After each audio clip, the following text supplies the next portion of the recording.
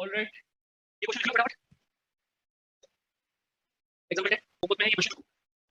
Good evening sir. Good evening. Good evening sir. Good evening.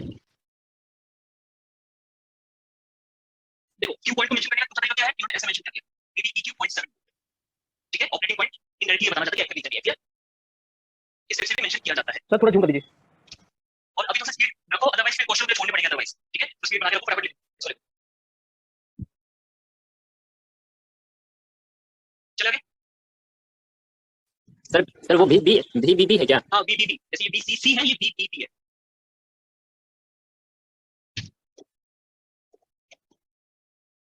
चल आगे। Sir एक minute, slide up कर देंगे सर, स्क्रीनशॉट ले लेंगे। 11 का पूरा क्वेश्चन दिखा दीजिए सर, 11 नंबर क्वेश्चन पूरा दिखा दीजिए। बताओ 11 वाला कैसे हो गई करेंगे? सर। 11 वाला कैसे करेंगे? नीचे करना।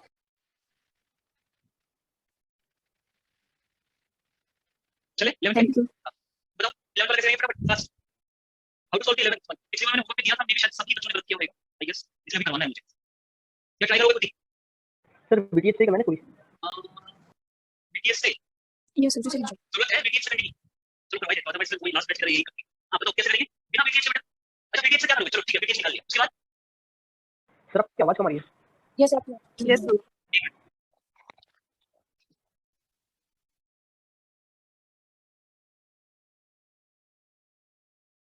अब ठीक है? ऑलराइट। सो मैं क्या बता रहा था? ओके, सो BTS कैसे कैलकुलेट करेंगे? BTS से बात क्या करेंगे? I mean VTH minus VB by RE से निकाल देंगे। BTH माइनस VB हाँ बाय RE उसी निकल जाएगा large beta sir. Alright, KVL लगा देंगे सर ऊपर से। Very good sir very good. Calculate करके सर्किट को रिव्यू कर देंगे, ओके नीचे वाले केवीएल लगा देंगे। हाँ ठीक है, चलो एक बार अप्रोक्सीमेट सॉल्यूशन जरा याद करने की कोशिश करो। मैंने IC की वैल्यू क्या लिख पाई थी? डायरेक्टली बताओ, जब बीटा लार्ज होता था, याद करो। VTH अपॉन अपॉन RC या RB? RC plus RE। Sir VTH minus VB by RE। नीचे क्या आएगा? RB RC RE। RE BC क्या है और VTH क्या है हमारे पास?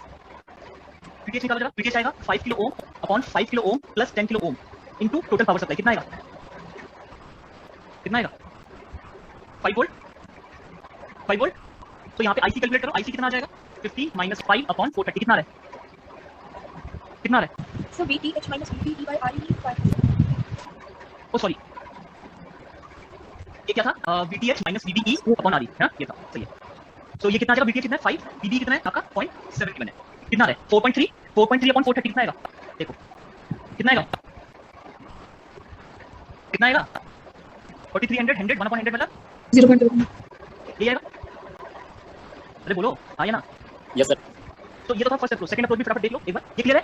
एप्रोक्सीमेट सॉल्यूशन से देखो, बिल्कुल वही वैल्यूज दी गई है जिससे हमारी कैलकुलेशन इजी हो जाए। समझ में आ रही है? चलो दूसरा तरीका भी देख ले। दूसरा तरीका क्या है? दूसरा तरीका क्या है? ये ऑलरेडी मैं एक्सप्लेन कर चुका हूं। क्या है? इस नोट पोटेंशियल निकालेंगे VTH, है ना? और ये मैं अभी कैलकुलेट कर चुका हूं, it is 5 volt, right? Everyone, है ना? दिस इज 5 वोल्ट और ये पोटेंशियल डिफरेंस भी गिवन है 0.7 वोल्ट का। एवरीवन 0.7 वोल्ट है। अब मुझे ये बताओ, ये 5 वोल्ट है तो ये कितने पोटेंशियल होना चाहिए वाला नोट, ताकि दोनों के बीच का पोटेंशियल डिफरेंस 0.7 हो जाए। एवरीवन ये कितना आना चाहिए? 4.3 4.3 5 माइनस 4.3 कितना है? 0.7। समझ में आया? अब मैं इक्वेशन नहीं लिख रहा, डायरेक्टली आप लिखना सीखो। अगर ये 5 है तो ये क्या होना चाहिए? 4.3, ताकि पोटेंशियल डिफरेंस 0.7 आ जाए। Is it clear? क्लियर है? अब ये करंट निकालो जरा। IE निकालो बेटा जरा फटाफट। IE निकालो यहाँ से। तो IE क्या आएगा? VE minus 0 upon 430। VE minus 0 upon 430 ओम। तो IE कितना आ जाएगा आपका? 0.01 एम्पियर, राइट? राइट? और क्योंकि इस वाले में देखो क्या गिवन है? Large beta. बीटा लार्ज है तो बीटा लार्ज है मतलब IC और IE दोनों बराबर है, दैट इज 0.01 एम्पियर। तो कहीं से भी निकालो, आपका आंसर बिल्कुल सेम ही आएगा। क्वेश्चन क्लियर है एवरीवन? Yes, sir. तो अच्छा क्वेश्चन है ये वाला, सिंपल है ये, इसमें दिमाग लगाने की थोड़ी जरूरत है। तो अगर आपको ये डायरेक्ट फॉर्मूला याद नहीं है तो आप ऐसे भी निकाल सकते हो। ये वाला तरीका बहुत ज्यादा यूज में आता है, तो वाले तरीके से भी निकाल सकते हो। क्लियर? चले आगे, चले आगे।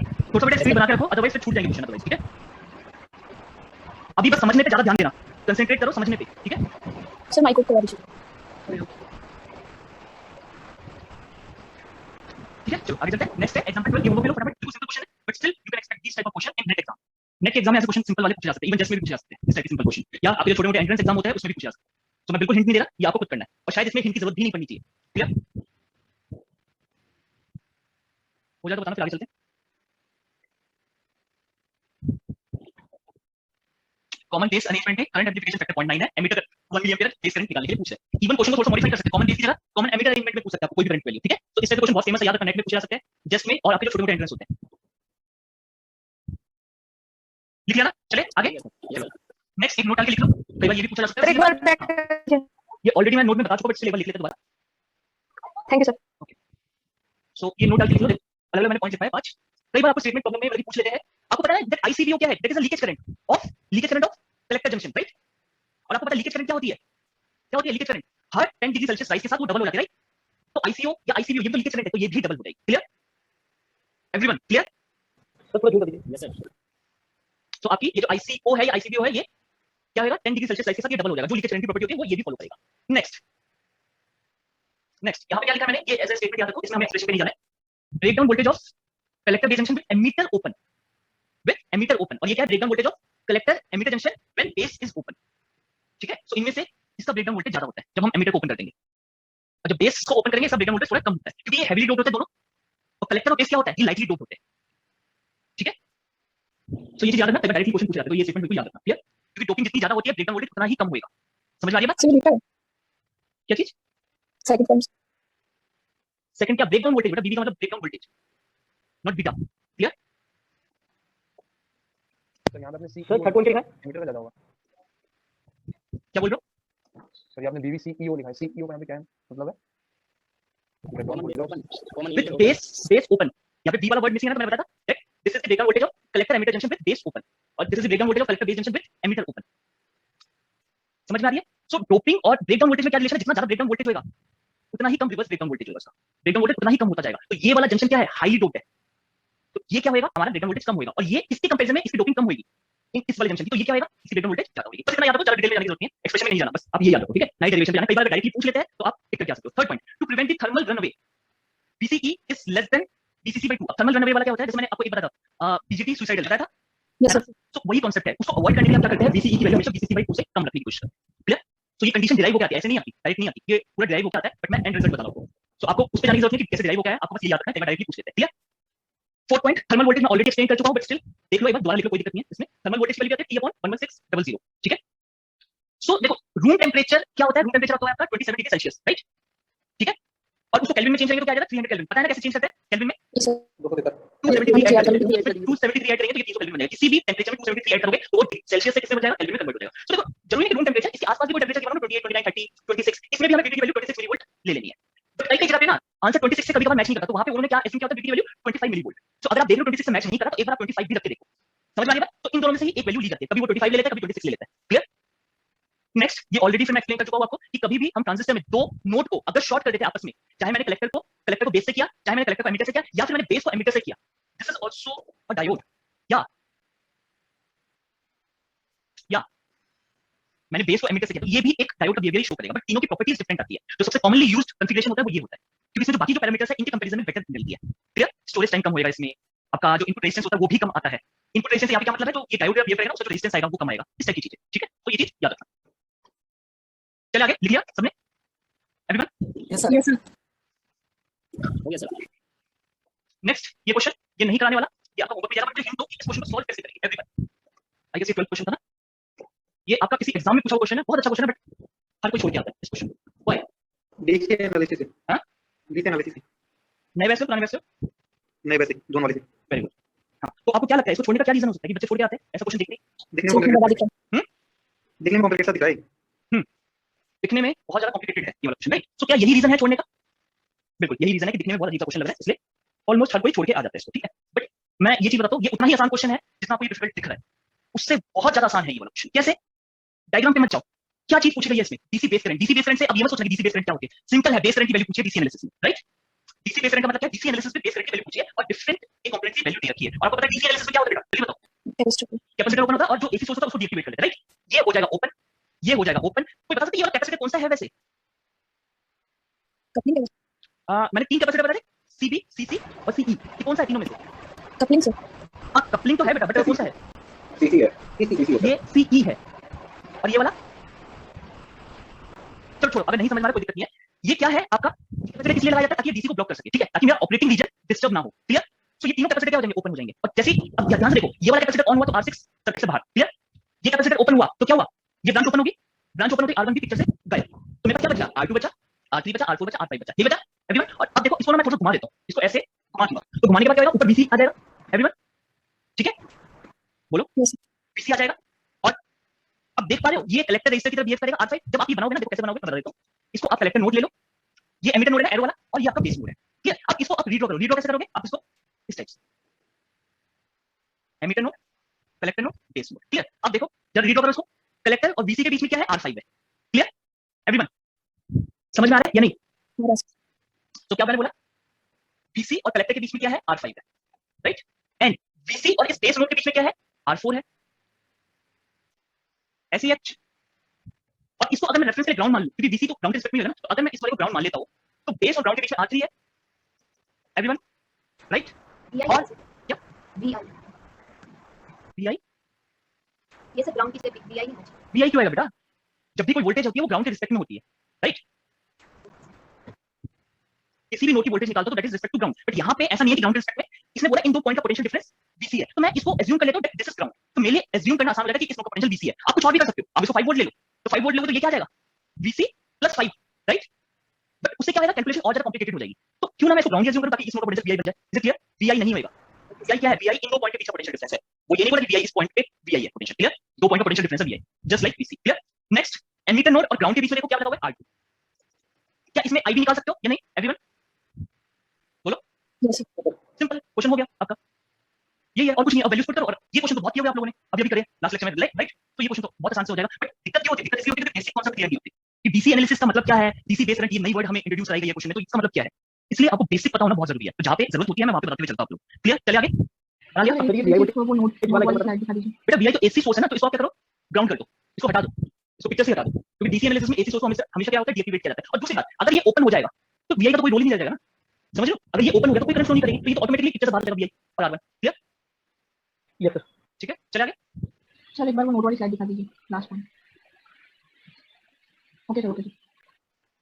एवरीवन क्लियर, चले आगे। चलो नेक्स्ट, ये सर मैं ऑलरेडी करा चुका आप लोगों को, देख लेते हैं। A long bar of p-type semiconductor has a net charge which is positive, negative, zero dependent on size and dopant concentration. Which one is true? Which one is true? A long bar of p-type semiconductor has a net charge which is, हाँ, 0. zero। क्यों p-type में तो holes होते हैं ना, neutrally sir atom साथ ही होते हैं, पर यानी होल के साथ नेगेटिव चार्ज होता है। एग्जैक्टली, वो रीडिस्ट्रीब्यूशन की वजह से उसका चार्ज या इलेक्ट्रिक फील्ड डेवलप होता है। बट ओवरऑल आपका कोई भी सेमीकंडक्टर हमेशा न्यूट्रल रहेगा, क्योंकि आपका सिलिकॉन भी न्यूट्रल है, और आपने जो ग्रुप 13 का एलिमेंट डोप किया, उसमें इंट्रोड्यूस किया, जिसकी वजह से सिलिकॉन क्या बन गया, सेमीकंडक्टर बन गया, वो भी न्यूट्रल था। तो ओवरऑल क्या है, न्यूट्रल ही रहेगा। जो जो आपका पोटेंशियल डिफरेंस क्रिएट होता है वो सिर्फ रीडिस्ट्रीब्यूशन की वजह से क्रिएट होता है, बाकी वो ओवरऑल न्यूट्रल रहेगा। तो चाहे यहाँ पे long bar of p-type semiconductor बोले या शॉर्ट बार बोले सेमीकंडक्टर का, ठीक है, या यहाँ पे ये बोले n-type सेमीकंडक्टर, या ये बोले कि 1 × 2 × 3 mm बार, चाहे इसकी डायमेंशन मेंशन कर दे, लेंथ, ब्रेड्थ, हाइट, ठीक है, किसी भी केस में जब तक एक्सटर्नली मैं कोई चार्ज वहां पे इंट्रोड्यूस नहीं करूंगा, आई रिपीट, एक्सटर्नली अगर सेमीकंडक्टर में कोई चार्ज इंजेक्ट नहीं करूंगा, तब तक वो न्यूट्रल ही रहेगा। तो इन तीनों के लिए भी आपका आंसर क्या होना चाहिए, इज इट क्लियर? चाहे शॉर्ट बार बोल दे, चाहे थिन बार बोल दे, थिन बार बोल दे या थिक बार बोल दे, सो ओवरऑल ये न्यूट्रल ही रहेगा। क्लियर, चले आगे, चले। सर इसका पावर क्या था, मेरा नेट से निकल रही है, एक बार फिर से रिपीट कर देंगे। कुछ नहीं है बेटा, सेमीकंडक्टर ओवरऑल न्यूट्रल रहता है जब तक कि मैं बाहर से कोई चार्ज इंजेक्ट ना करूं, क्लियर। चाहे इसमें लॉन्ग बार बोलो, शॉर्ट बार बोलो, p टाइप की तरह n टाइप बोलो, चाहे उसका डायमेंशन मेंशन कर दो, थिन बार बोलो, थिक बार बोलो, कुछ भी बोलो, इसमें हमेशा न्यूट्रल रहेगा। क्लियर, हाँ, इसमें और ये भी चीज है, इसको ऐसे भी कर सकते हो, या अगर आपको ये बोले p+ टाइप सेमीकंडक्टर, तो p+ का मतलब ये नहीं है कि इसमें एक पॉजिटिव चार्ज है, p+ का मतलब ये इसकी डोपिंग को मेंशन कर रहा है कि ये हाईली डोप्ड है, तो इस केस में भी न्यूट्रल रहेगा और आंसर 0 ही रहेगा। Is it clear to everyone? चले आगे, नेक्स्ट, ये क्वेश्चन होमवर्क में लो, एग्जाम में पूछा हुआ क्वेश्चन है, value of emitter current in micro ampere, क्या आंसर आएगा आपका? कैसे निकालेंगे इसको एवरीवन? अब देखो इसमें VV की वैल्यू मेंशन है 0.3 वोल्ट, तो मुझे वही कंसीडर करनी पड़ेगी। अब अपना दिमाग मत लगाना कि 0.7 क्यों नहीं लिया इसमें, क्वेश्चन में गिवन है तो उसके अकॉर्डिंग ही आपको आंसर लेना है। क्लियर, कर लोगे? ये आपका आंसर आ जाएगा 445 माइक्रो एम्पियर, ये रिसेंटली किसी एग्जाम में पूछा गया। चले आगे, सर यहाँ पे 2 माइक्रो लिखा हुआ है या फिर कुछ और लिखा हुआ है? Mega ohm. Okay sir. चले एवरीवन, ये बना रहे हो? तो आपको पता है डीसी एनालिसिस में क्या होगा, कैपेसिटर ओपन हो जाएगा। क्लियर, इसका कोई रोल नहीं रहेगा। तो यहाँ पे VT की वैल्यू आपको 0.3 वोल्ट लेनी है, नॉट 0.7। हो गया सर, हो गया सर। एक हो गया। नेक्स्ट, प्लीज एक बार प्रीवियस दिखा दीजिए। Thank you so much. चले आगे। सर ये 2 मेगा ओम है ना? हाँ, 2 मेगा ओम है बेटा। Okay sir.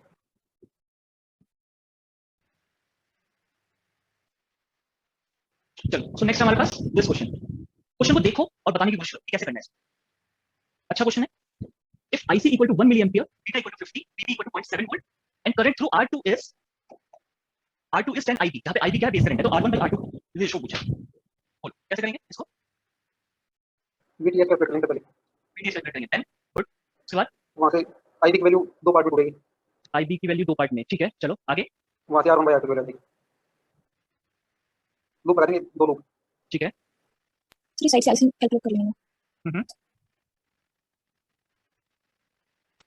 सर अगर हम इसे इक्विवेलेंट सर्किट बनाएं और 6.5 किलो ओम के अक्रॉस अगर हम वोल्टेज निकालें तो वो R1 अपॉन R2 बेटा इसमें इक्विवेलेंट नहीं निकालेंगे। IC गिवन है, IC का आंसर गलत है, बीटा IB लगा के टोटल IB करंट निकाल लें। IC equal to beta IB। चलो देखते हैं कैसे करते हैं। इसमें इक्विवेलेंट सर्किट नहीं निकालेंगे, यही चीज मैं इसलिए क्वेश्चन कर रहा हूं।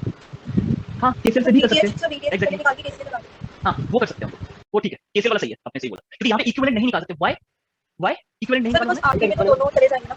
क्वेश्चन में क्या गिवन है? क्वेश्चन में गिवन है कि R2 में 10 IB फ्लो कर दी है। देखो क्वेश्चन कैसे मॉडिफाई हो रहा है, ध्यान से देखो अभी। R2 में वो बोल रहा है कि 10 IB फ्लो कर दी है, यहाँ पे IB क्या है? बेस करंट है। So what is this current? इस R1 से कितनी फ्लो कर दी होगी?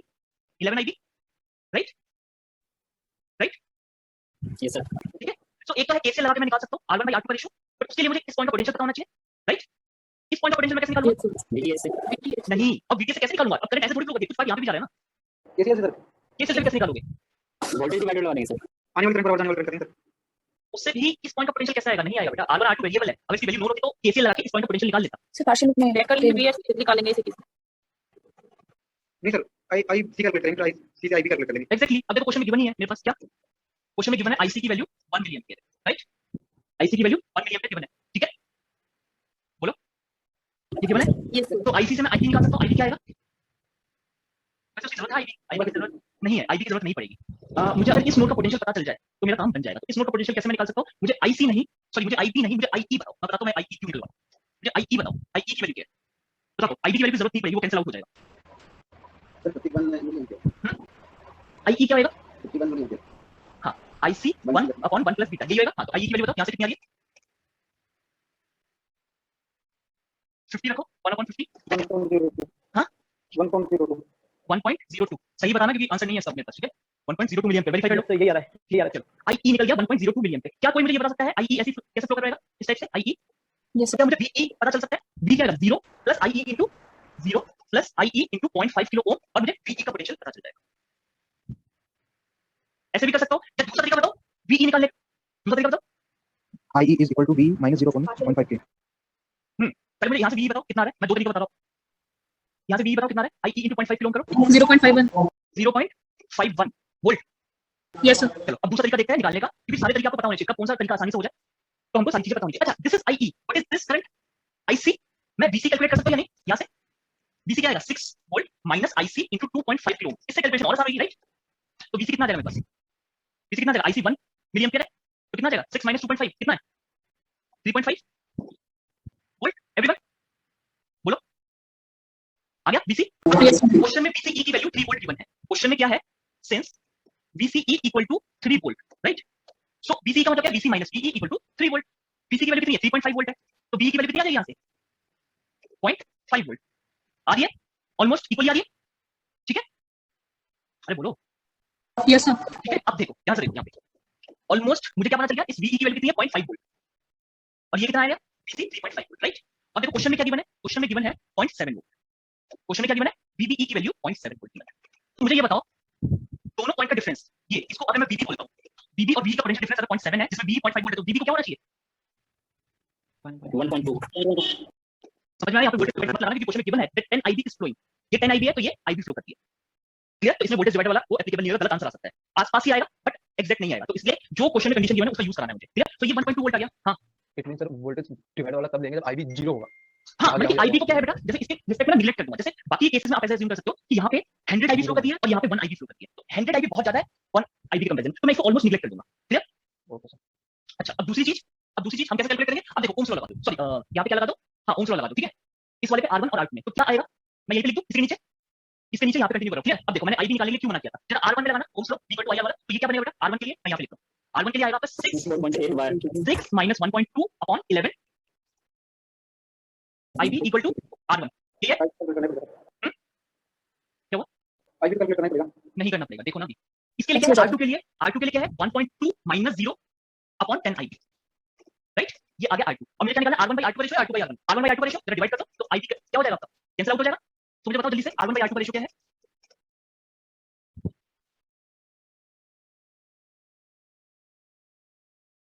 समझ में आया? 3.6 के लगभग। सभी का 3.6 आ रहा है? Yes, sir. एवरीवन 3.6 आ रहा है? Yes, sir. तो ये क्वेश्चन क्या लगता है कहाँ पे पूछा गया, कौन सा एग्जाम में पूछा गया ये क्वेश्चन? क्या लगता है, नेट में या जैम में? Jan.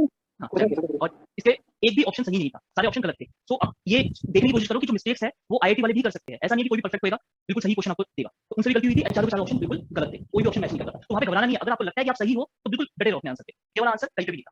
3.6 पक्का आ रहा है, एक बार वेरीफाई Sir, करना। 0.36 आ रहा है। 0.36 आ रहा है सर, सर 0.36 आ रहा है। 0.36 सही है, Sir, यही आ रहा है. 0.6 आ रहा है, सर यही आ रहा है। 3.6 आ रहा है ऑलरेडी। और इसका रेसिप्रोकल लेना जरा, हमारा 3.6 था, कितना आ रहा है? 0.27. 0.7 ऑलराइट, हाँ ठीक है, 3.6 ही है ऑलराइट। सो मैं वही बोल रहा हूँ, जो चीज समझाने की कोशिश कर रहा हूँ उस पे ज्यादा फोकस करो। यहाँ पे देखो कंडीशन गिवन थी इसलिए मैंने अप्रोक्सीमेट सॉल्यूशन नहीं निकाला। अगर ऐसी कोई कंडीशन गिवन नहीं होती तो मैंने कहा अप्रोक्सीमेट सर्किट निकाल के वैसे कर लेता। तो आपको सारे तरीकों के बारे में पता होना चाहिए। क्लियर, समझ में आ रहा है कि कब करते हैं? आईडी निकाल के करते हो क्या होता? आईडी निकाल के करते मतलब आईडी निकाल के भी क्या करते हैं? आईडी निकाल के वैल्यू रखते तो वो तो कैंसिल आउट हो जाता। नहीं सर, ये वाली अप्रोच नहीं फॉलो करेगा। आईडी निकालते, beta given, IC given, ID निकाल दो फिर केवीएल लगाते। हाँ, तो अगर आईडी निकाल लेते तो आप आर में यहाँ से पता चल जाता है। अगर आप यहाँ पे आईडी कैलकुलेट करोगे तो आर में वैल्यू आ जाएगी, बट यहाँ पे रेशियो पूछा है, ठीक है? सो क्यों मतलब अपना काम बढ़ाना है, बिल्कुल सिंपल तरीके से आप करो। क्लियर, चलो नेक्स्ट है, चलो आगे एवरीवन, चलो Yes, sir.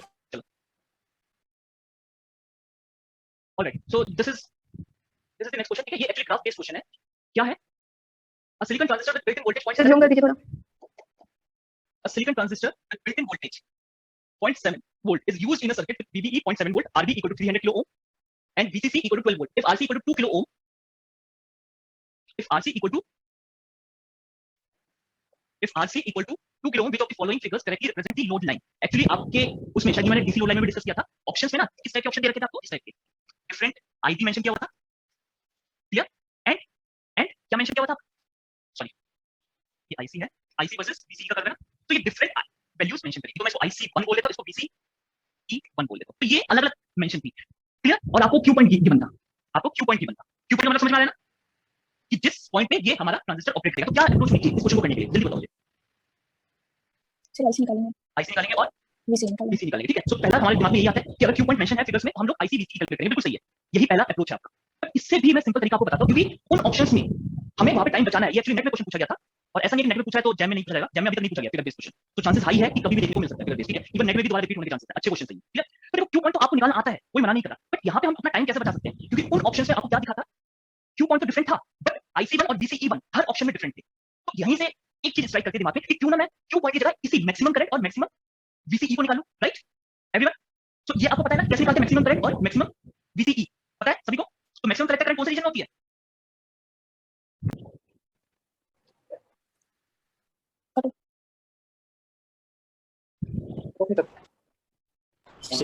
Saturation. Active region का नाम सुना है? एक्टिव रीजन का नाम सुना है? Yes, कौन सा है? Sir, कट ऑफ नहीं करना इसमें. कट ऑफ पे कोई करंट फ्लो करती है बेटा? कलेक्टर करंट फ्लो करेगी? डिजिटल की क्लास लगाई थी या नहीं, ये बताओ मुझे। No sir. नहीं, जिसने अभी ये कट ऑफ वाला रीजन बताया वो बताओ बेटा, आपने अटेंड करी थी डिजिटल की क्लास या नहीं? No, sir. फिर क्या कर सकते हैं? देखो ये छोटी मोटी चीजें हैं, अगर आप पीछे वाले लेक्चर्स नहीं करोगे तो यही दिक्कत आई है। और ये चीज मैंने शायद बीजेडी में भी एक्सप्लेन करी थी। कट ऑफ रीजन में कलेक्टर करंट क्या होती है एवरीवन? जीरो। वैल्यू तो कलेक्टर करंट मैक्सिमम कौन से रीजन में होती है? रिवर्स एक्टिव में, सेकंड में? Sir, VCE1 बोल रहे हैं. बेटा IC के बारे में पूछा, आप VCE क्यों बोल रहे हो? मैंने IC की बात Sir, मुझे लगा VCE बोल रहे हैं. नहीं, तो IC किसमें मैक्सिमम है एवरीवन? Active region? अरे कुछ तो बोलो।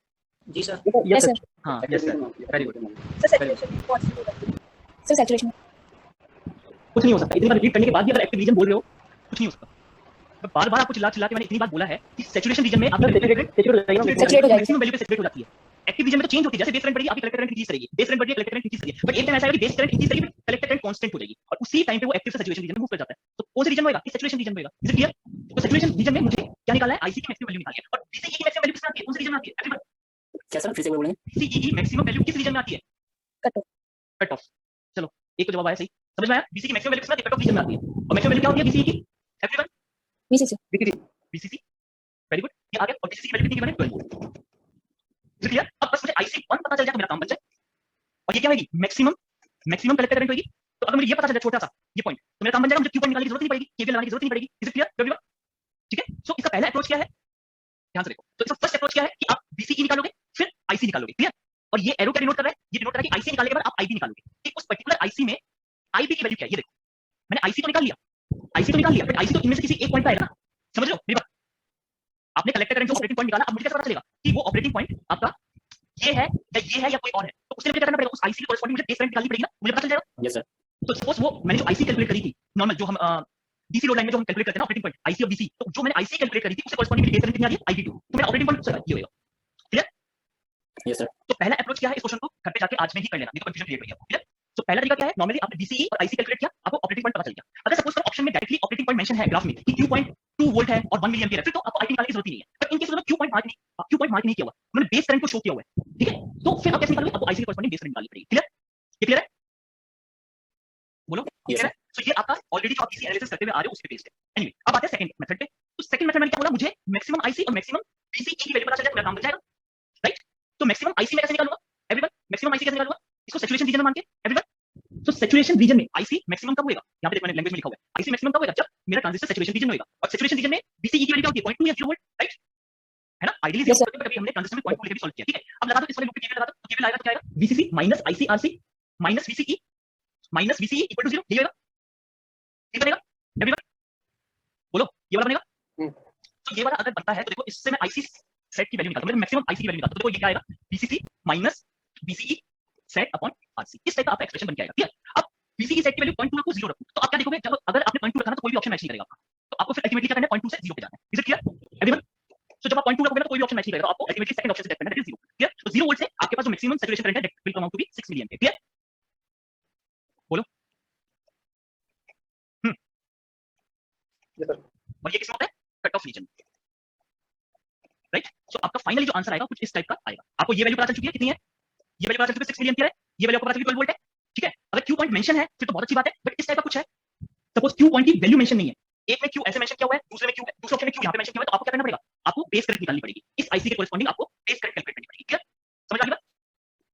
सर डायरेक्टली आपने सेकंड मेथड बताया ना, हां सर इसको डायरेक्टली इंटरसेक्शन पॉइंट निकाल लेंगे। तो सर डायरेक्ट इंटरसेक्शन पॉइंट के अलग होंगे तो फिर फर्स्ट मेथड अप्लाई करने की जरूरत नहीं है। मैं वही तो समझा रहा हूं कि ऑप्शन में अगर ये जो इंटरसेप्ट है, अगर देखो शायद जितना मुझे याद है उस क्वेश्चन में आईसी की वैल्यू डिफरेंट थी, बल्कि मैक्सिमम आईसी चारों ऑप्शन में डिफरेंट थी, मुझे इतना काम करने की जरूरत नहीं, सिर्फ मैं मैक्सिमम कलेक्टर करंट निकालने के बाद ही मुझे ऑप्शन मिल जाएगा, समझ में आ रही बात एवरीवन, क्लियर है पॉइंट। Yes sir. तो आपको याद रखना है ये पॉइंट, फटाफट जो भी है नोट करना है या फिर जो भी है कर लो, फटाफट आगे चलते हैं। सर ग्राफ जूम करना है, ये वाला ग्राफ नीचे वाला, यस सर। ये तो सिर्फ ऐसे रैंडमली मैंने कुछ भी बनाया बेटा, रैंडमली बना दिया। सर फर्स्ट अप्रोच शो करना,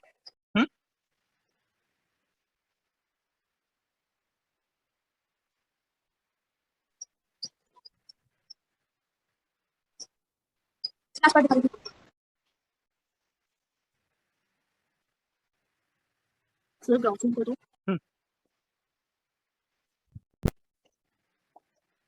this is IB2 IB3 IB1, clear. ये ऐसी रैंडमली मैंने ग्राफ बनाया था, ठीक है, सिर्फ समझाने के लिए, बाकी आपको अप्रोच पता होनी चाहिए कि कैसे सॉल्व करना है, क्लियर। चले आगे, यस सर। चलो हां क्वेश्चन निकालो सर। क्वेश्चन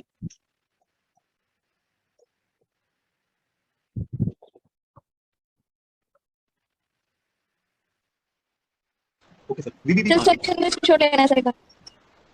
सर, वीबीबी बीबीबी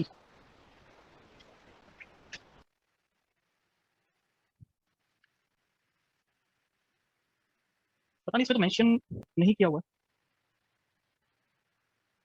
यहाँ पे मेरे पास भी बीबीबी नहीं लिखा हुआ। मैं एक बार चलो वेरीफाई करके ना ग्रुप पे एक बार कंफर्म कर दूंगा, ठीक है, बीबीबी मेंशन नहीं है यहाँ पे, क्या पता नहीं लिखा नहीं है इस बच्चे ने, सर सॉल्यूशन ऑप्शन नहीं है, नहीं बेटा सर तो ऑप्शन ऑप्शन नहीं, ऑप्शन बोलो ना, ये ग्राफिकल फॉर्म में है। एनीवे आपको तरीका समझ में आ गया, अगर ग्राफिकल फॉर्म में क्वेश्चन आता है तो कैसे करना है, ठीक है। हमारा क्वेश्चन मैं ग्रुप पे एक बार फिर से भेज दूंगा सारे ग्रुप पे, ठीक है ऑलराइट। तो अभी के लिए बस मैं यार वैसे सॉल्यूशन भेज दूंगा। एनीवे नेक्स्ट है 18, ठीक है। तो 18 में क्या है, एक आपका कॉन्फ़िगरेशन दे रखा है, ठीक है। कौन सा कॉन्फ़िगरेशन है ये, कौन सा कॉन्फ़िगरेशन है, common emitter, common base, common collector, common emitter. Common emitter. तो क्वेश्चन में क्या गिवन है कि अगर एक इनपुट सिग्नल देता हूं तो मुझे आउटपुट पे क्या मिलेगा। हालांकि ये एसी एनालिसिस का क्वेश्चन है, बट बिना उसके भी हम इसको सॉल्व कर सकते हैं। अप्रॉक्सीमेटली कौन सा ऑप्शन सही है मुझे ये बताओ जरा, इसमें से तीनों में से। B option. Why B option, sir क्योंकि आउटपुट कलेक्टर से ले लेगा तो इन्वर्टर पे मिलेगा, ठीक है। और फिर एम्पलीफायर है तो B option is absolutely correct, because since this is an amplifier तो आउटपुट हमेशा एम्पलीफाइड फॉर्म में ही मिलेगा, तो कभी भी सेम एम्पलीट्यूड का नहीं मिलेगा, ये चीज याद रखना। ये एक एम्पलीफायर है तो आउटपुट हमेशा मुझे एम्पलीफाइड फॉर्म में ही मिलेगा, ठीक है। नेक्स्ट, क्योंकि ये कॉमन एमिटर कंसीडरेशन में मैंने ओपेन में भी एक्सप्लेन किया था, इवन बीजेडी में भी एक्सप्लेन किया था। कॉमन एमिटर में क्या होता है, आउटपुट और इनपुट के बीच में 180 डिग्री का फेज शिफ्ट होता है, राइट? अगर ये साइन वेव है, साइन में अगर 180 डिग्री का फेज शिफ्ट दूंगा तो क्या बन जाएगा, ये इन्वर्टेड साइन वेव बन जाएगी। क्लियर, समझ वाली बात? So this option is correct. ये चीज लिख लो, कॉमन सर वो शो एमिटर। करना मुझे पता है। Okay sir. So common emitter में क्या होगा, आपका 180 डिग्री का फेज शिफ्ट ऐसे देखने को मिलता है। कॉमन कलेक्टर में नहीं मिलेगा, ना ही कॉमन बेस में मिलेगा, बट कॉमन एमिटर में 180 डिग्री का फेज शिफ्ट मिलता है। याद रखना, इसी पे बेस आपका क्वेश्चन पूछा गया था। क्लियर, चलिए आगे चले। सर बस एक मिनट। सो ऑलमोस्ट मैं बीजेडी में इतना ही कराता हूँ, ठीक है? यही आपका मेन क्वेश्चन है, बट स्टिल चलो अभी 1 घंटा बाकी है तो हम कुछ एक्स्ट्रा चीजें देख लेते हैं, ठीक है? लास्ट बैच में कराया था तो आपके बैच में करा रहा हूँ, बट अदरवाइज ये चीजें करवाता नहीं हूँ। अच्छा, बेन डायग्राम बचा, सॉरी बेन डायग्राम इंपॉर्टेंट है। सो आपका बेन डायग्राम बचा हुआ है, ये तो भूल ही गया था। चले, ठीक है? तो नेक्स्ट है इंपॉर्टेंट है बेन डायग्राम। तो मुझे बताओ ये कौन सा पॉइंट है, लास्ट वाले कौन सा पॉइंट आया था? 38 और 39, देख के बताओ फटाफट कौन सा पॉइंट था डीसी एनालिसिस वाला लास्ट?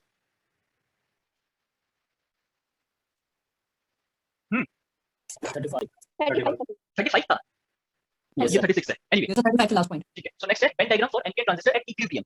सो आपको पता है थर्मल इक्विलिब्रियम में क्या होता है, फर्मी लेवल तीनों का इंक्लाइन होगा। अच्छा, एक चीज और मेंशन की है मैंने यहाँ पे, डिप्लीशन रीजन, कलेक्टर और एमिटर जंक्शन में। आपको पता है एमिटर और कलेक्टर जंक्शन में डिप्लीशन रीजन की विड्थ किसमें कम होगी, एमिटर जंक्शन में। व्हाई? फोटो बिकॉज़ नहीं बेटा, अभी बाइसिंग कहां बात कर रहे हैं, थर्मल इक्विलिब्रियम में कोई बाइसिंग की बात नहीं करते, कोई भी वोल्टेज अप्लाई नहीं करते। बट एमिटर की डोपिंग हाई होती है तो डिप्लीशन बिट यहाँ पे कम मिलेगा, और कलेक्टर की डोपिंग इसके कंपैरिजन में, एमिटर के कंपैरिजन में कम होती है, इसलिए डिप्लीशन बिट ज्यादा मिलेगी। Is clear? इसी चीज को मैंने यहाँ पे शो करने की कोशिश करी है। Clear to everyone? बोलो क्लियर है? ठीक है, अब आते हैं इसका बेन डायग्राम कैसे बनाएंगे। Ben diagram actually jam examination point of view से बहुत इंपॉर्टेंट है। आप क्वेश्चन एक्सपेक्ट कर सकते हो। अगर डीसी एनालिसिस से नहीं आ रहा तो दूसरा जो सबसे फेमस या जो प्रायोरिटी पे रहता है उन लोगों के कि कहां से क्वेश्चन आना है, दैट इज बेन डायग्राम। चाहे डायोड का पूछे, चाहे इसका पूछे, बीजेडी का पूछे। क्लियर?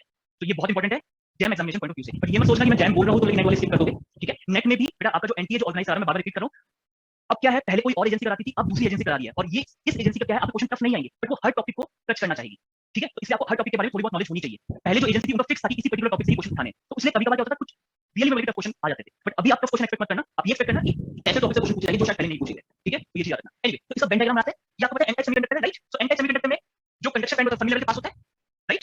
Yes sir. इस टाइप से होता है, ध्यान से देखो कैसे बना रहा हूं। What about P type? Base हमारा पी टाइप का है, पी टाइप में क्या आएगा आपका फर्मी लेवल इस टाइप से होता है, बैलेंस बैंड के पास होता है, राइट?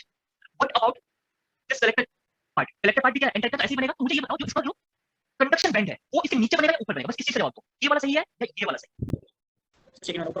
ऊपर वाला, व्हाई ऊपर वाला सही है? Why the second one is correct और first one is wrong? Sir topic कम होती है ना कलेक्टर में ऐसा हां, टॉपिक कम होगी तो सर मतलब जिसकी टॉपिक ज्यादा होती है formula level towards band move करता है ना। हां, बिल्कुल सही है। तो इसका क्या होएगा, आपका ये वाला सही है, सेकंड वन वाला बिल्कुल सही है, क्योंकि इसकी डोपिंग एमिटर के रिस्पेक्ट में कम होती है, तो फर्मी लेवल और कंडक्शन बैंड के बीच में जो डिफरेंस है वो आपका ज्यादा होगा उसके कंपैरिजन में। अगर इसकी डोपिंग को बढ़ाऊंगा तो फर्मी लेवल इसके पास में मूव करता रहेगा। क्लियर? बस हो गया, यस हो गया। माइक बंद करो। सो नेक्स्ट, अब इसको बस क्या करना है, हमें ज्वाइन करना है। Is it clear? इतना सिंपल है आपका बेन डायग्राम, ठीक है? अच्छा, अब मुझे ये बताओ, अगर मैंने इसमें एक्टिव रीजन में अगर इसका बेन डायग्राम बनाना चाहूं, कंडक्शन में जो सर नीचे वाला होगा वो एमिटर के साथ-साथ ही होगा, मतलब पैरेलल नहीं, होगा। नहीं, थोड़ा सा ऊपर कंडक्शन नहीं बेटा, ऊपर होगा ना। ये जो बैंड है डिस्टेंस ऑलमोस्ट सेम रहेगा यहाँ पे भी, यस सर। ठीक है? अगर हम पोटेंशियल इक्वल मान के चलते तो ऑलमोस्ट सेम रहेगा इसमें, ये मान के चलते, ठीक है? बाकी जो फैक्टर्स है उसको नेगेट करते हुए चलते, तो अगर ये ऊपर गया तो ये भी ऊपर जाएगा, सेम मटेरियल का मान के चलते हैं, ठीक है? सर आपने डिप्लीशन रीजन उसका चाहता बनाया ना, क्या बेस कलेक्टर जंक्शन। हाँ, बेस लेवल, हाँ, ये डिप्लीशन बिट तो ज्यादा होगी ना इसमें। मैं कोई पोटेंशियल अप्लाई ना भी करूं तो भी क्या होगा, इसका डिप्लीशन रीजन निकालोगे तो ज्यादा आएगा इसके कंपैरिजन में, क्लियर? क्योंकि इसकी डोपिंग कम है और इसकी डोपिंग ज्यादा है, तो इसमें डिप्लीशन रीजन ज्यादा मिलेगा, इसमें कम मिलेगा। क्लियर? नेक्स्ट, अच्छा मुझे ये बताओ, अब इसी में अगर मैं फॉरवर्ड सॉरी एक्टिव रीजन में अगर इसका बैंड डायग्राम बनाना चाहता हूं, एक्टिव रीजन का मतलब क्या है? एक्टिव रीजन का मतलब क्या है? एमिटर और बेस, ध्यान से सुनो पहले बात को। एक्टिव रीजन का मतलब क्या है? एक्टिव रीजन का मतलब है कि बेस एमिटर जंक्शन को फॉरवर्ड बायस करता है, क्लियर? और एक्टिव रीजन में बेस कलेक्टर रीजन क्या होता है, रिवर्स बायस होता है। तो मुझे ये बताओ, अगर मैं इसको फॉरवर्ड बायस कर दूं, पहले सुन लो, अगर मैं इसको फॉरवर्ड बायस कर दूं, इसको फॉरवर्ड बायस कर दूं, तो फॉरवर्ड बायस में क्या है, सपोज तो मैं इसको ना ग्राउंड रखता हूं, समझ में आ रही बात? इसको मैं ग्राउंड रखता हूं, क्लियर? मुझे बताओ एमिटर पे क्या पॉजिटिव वोल्टेज देनी चाहिए, नेगेटिव वोल्टेज देनी चाहिए? नेगेटिव। तो ये बेस एमिटर जंक्शन तो फॉरवर्ड बायस हो गया, but about collector part, collector में क्या करना चाहिए रिवर्स बायस करने के लिए? Positive voltage. तो मुझे ये बताओ, अगर मैंने एमिटर पे नेगेटिव वोल्टेज दिया तो क्या होगा, इसका फर्मी लेवल ऊपर जाएगा नीचे जाएगा? सर नीचे जाना चाहिए। नीचे होना चाहिए सर। अपनी अपनी थ्योरी मत लगाओ, जो थ्योरी मैंने पढ़ाई है उसके हिसाब से आंसर दो। सर फर्मी लेवल इंक्लाइन होगा ना, करेक्ट होगी। ये सर बैंड के पास चलता है, ठीक है? देख रही है बोलो, बिल्कुल इंक्लाइन होएगा, बिल्कुल होएगा। कहां पे जाना चाहिए, ऊपर जाएगा या नीचे जाएगा, ऊपर इसके रिस्पेक्ट में? एवरीवन, ऊपर या नीचे? ऊपर से नेगेटिव में क्या होता है, ऊपर जाता है, पॉजिटिव में नीचे जाता है, तो ये ऊपर जाएगा। And what about this one, this will shift downward, अगर इसको मैंने कांस्टेंट माना, राइट। एक्टिव रीजन की बात करें सो क्या ऐसे बनेगा, ध्यान से देखना, किस टाइप से बनेगा आपका एक्टिव मोड में, बोलो।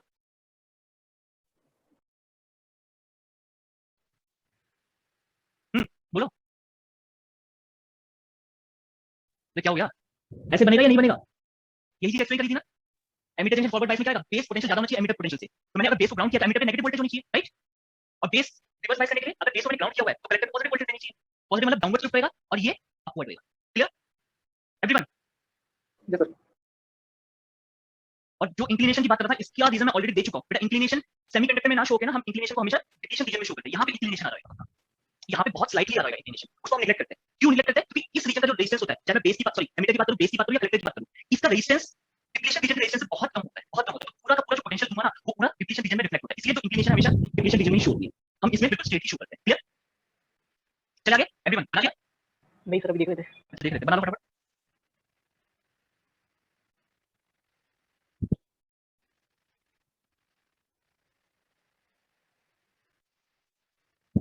बच्चे भी कम हो गए कितने, 47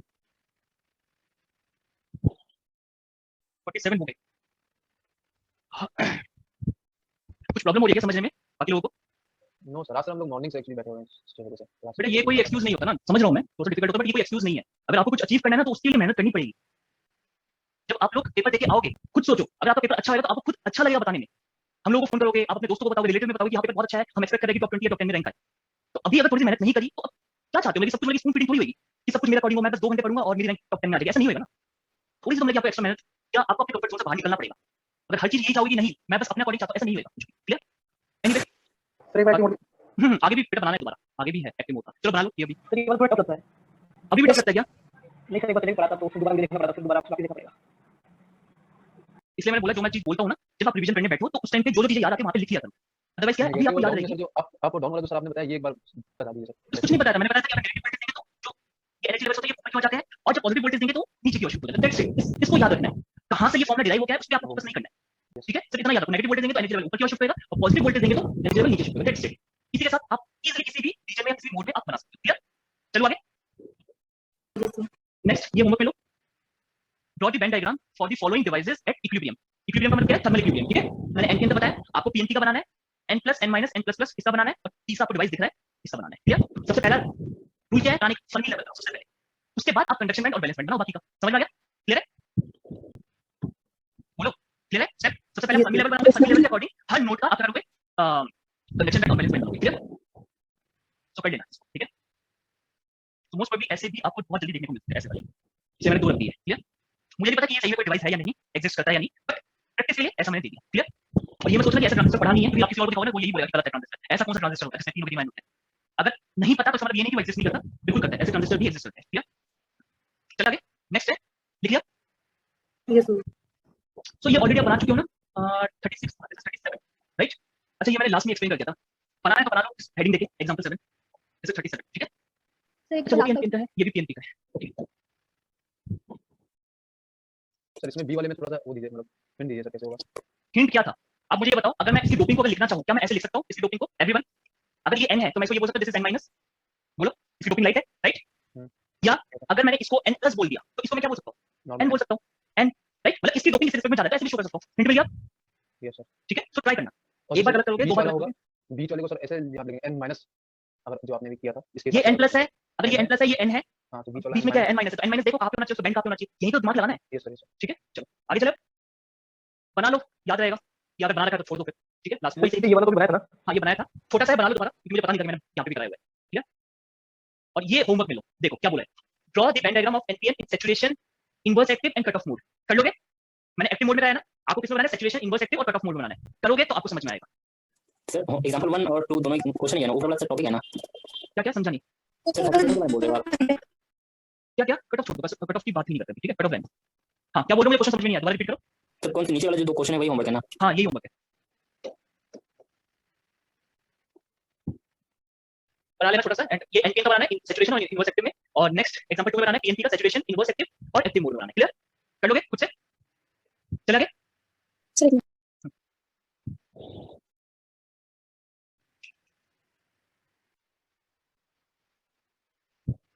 वाला क्या है? क्या ऊपर वाला क्या?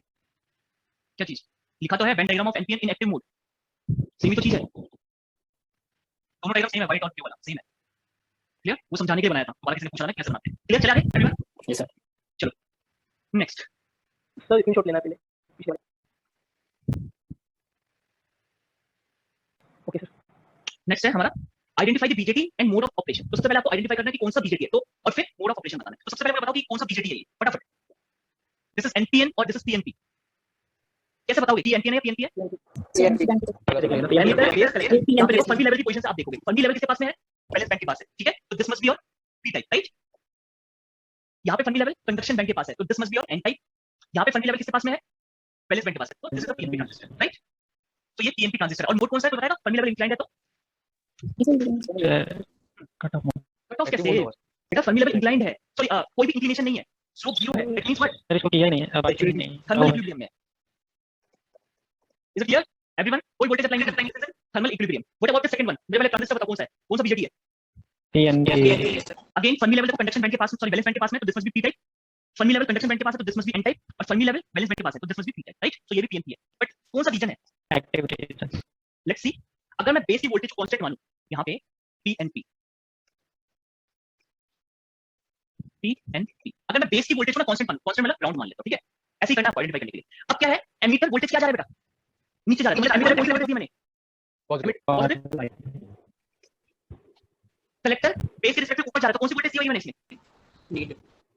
सो मुझे ये बताओ, यहां से देखिए एमीटर जंक्शन क्या है? फॉरवर्ड बायस है, रिवर्स बायस है? Forward bias. पी साइड में पॉजिटिव और एन साइड पे ग्राउंड है, तो मतलब पी साइड की पोटेंशियल ज्यादा है, तो इसका मतलब एमीटर जंक्शन फॉरवर्ड बायस में। And what about collector junction? Collector junction P में नेगेटिव है और एन में 0 है, तो एक तरीके से मैं ये बोल सकता हूं एन का पोटेंशियल ज्यादा है पी के कंपैरिजन में, तो इसका मतलब ये क्या है? Reverse bias. Is it clear? क्या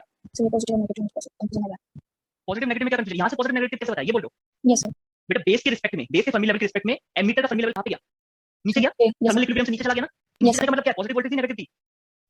positive positive positive. Similarly base के रिस्पेक्ट में ये ऊपर गया तो मतलब नेगेटिव वोल्टेज दी होगी। ये ऑलरेडी मैं डायोड में एक्सप्लेन कर चुका हूं, ठीक है? डोपिंग के रिस्पेक्ट में था, डोपिंग के रिस्पेक्ट ये ऑलरेडी डायोड में एक्सप्लेन कर चुका बेटा कि पॉजिटिव से मैंने पॉइंट बताया था, आपको ट्रिक बताई थी कि एनर्जी बैंड डायग्राम कैसे हम देखते हैं या बनाते हैं। क्लियर? सो ये पॉजिटिव ग्राउंड को देखो ऐसे नहीं लिख सकता मैं, इसको ऐसे बना सकता हूं, कोई कंफ्यूजन हो रही है, राइट? और ये कैसे बना सकता हूं? ये कैसे बना सकता हूं? इस टाइप से, राइट? तो आपको पता चल गया एमीटर जंक्शन फॉरवर्ड बायस है और कलेक्टर जंक्शन रिवर्स बायस है, राइट? तो पीएनपी कौन सा मोड में है एवरीवन? सैचुरेशन में? हां, active. Clear? Next part, C part, कौन सा ट्रांजिस्टर है जल्दी से बताइए? PNP NPN? पीएनपी ये भी फर्मी लेवल वैलेंस बैंड के पास में, फर्मी लेवल कंडक्शन बैंड के पास है तो N type, Fermi level conduction band के पास है तो दिस इज पी टाइप, तो दिस इज आल्सो पीएनपी। तो ये वाला कौन सा मोड में आ जाएगा जल्दी से बताओ? अब ये देखो बेस के रिस्पेक्ट में इसका फर्मी लेवल ऊपर गया तो एमीटर पे मैंने क्या दिया होगा? Negative voltage. एमीटर पे मैंने क्या दिया है? नेगेटिव वोल्टेज, ठीक है? एमीटर पे नेगेटिव वोल्टेज अगर मैंने बेस को ग्राउंड माना हुआ है, और इसमें कलेक्टर में ये नीचे चला गया, मतलब कलेक्टर में मैंने पॉजिटिव वोल्टेज दी होगी, राइट? तो अब मुझे ये देख के बताओ एमीटर जंक्शन क्या है? एमीटर जंक्शन देखो अब क्या है? पी में नेगेटिव है और एन में आप क्या मान सकते हो? ग्राउंड मान सकते हो। तो पी साइड की पोटेंशियल कम है, एन साइड की पोटेंशियल मतलब ये रिवर्स बायस है। क्लियर?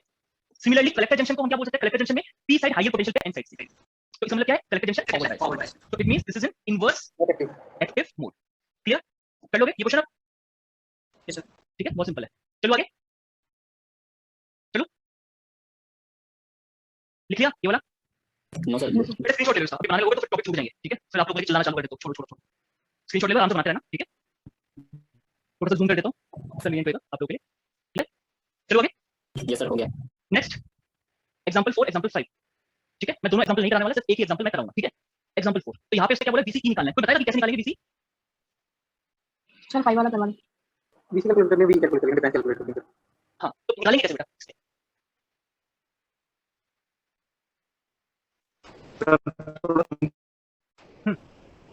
बोलो। आपको याद है मैंने एक ओपन में आपको एक क्वेश्चन ऐसे करवाए थे जिसमें मैंने बताया था इस वाली कॉन्फ़िगरेशन में अगर बेस में कोई वोल्टेज नहीं होती, जीरो या नेगेटिव होती, तो वो कौन से क्या होता है?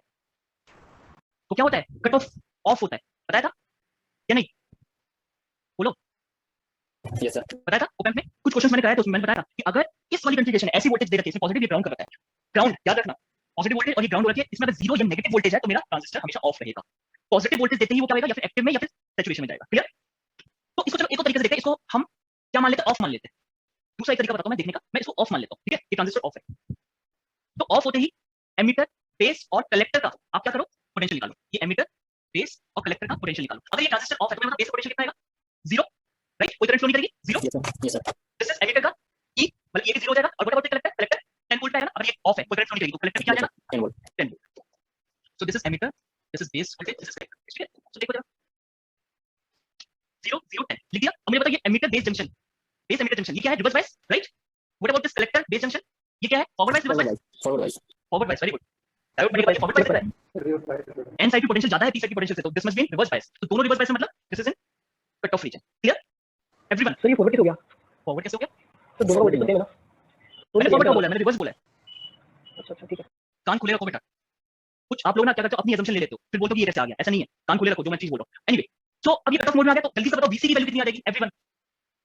10 volt. Very good. What about VCE? VCE क्या होगा? VC माइनस VE, और VE क्या है आपका 0 वोल्ट है, तो VCE कितना आ जाएगा? 10 volt. Is it clear? Question clear है?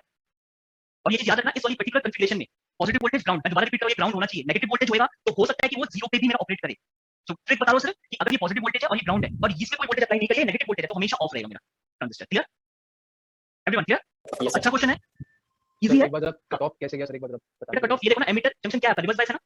Yes sir. Reverse bias no bias एक ही बात है, उसको आप नो बायस को रिवर्स बायस के लिए ट्रीट करो। तो this is reverse bias actually, और ये वाला क्या है? एन साइड की पोटेंशियल पी साइड की पोटेंशियल से ज्यादा है, रिवर्स बायस। तो दोनों रिवर्स बायस मतलब कट ऑफ रीजन। ऐसे भी हम कर सकते हैं इसको समझने के लिए। क्लियर? तो VC 10 वोल्ट है, तो VCE भी कितना है? 10 वोल्ट ही आया, क्योंकि एमिटर ग्राउंड से कनेक्टेड है। क्लियर? नेक्स्ट दिस वन, इसको खुद ट्राई करना, ठीक है? इसका आंसर आपका 5 वोल्ट ही आएगा। खुद एक बार लॉजिक लगाने की कोशिश करना कि इसमें क्या चीज है। क्लियर? तो ये आपका होमवर्क क्वेश्चन है, और इसमें भी आपका जो V0 है 5 वोल्ट ही आएगा। Clear?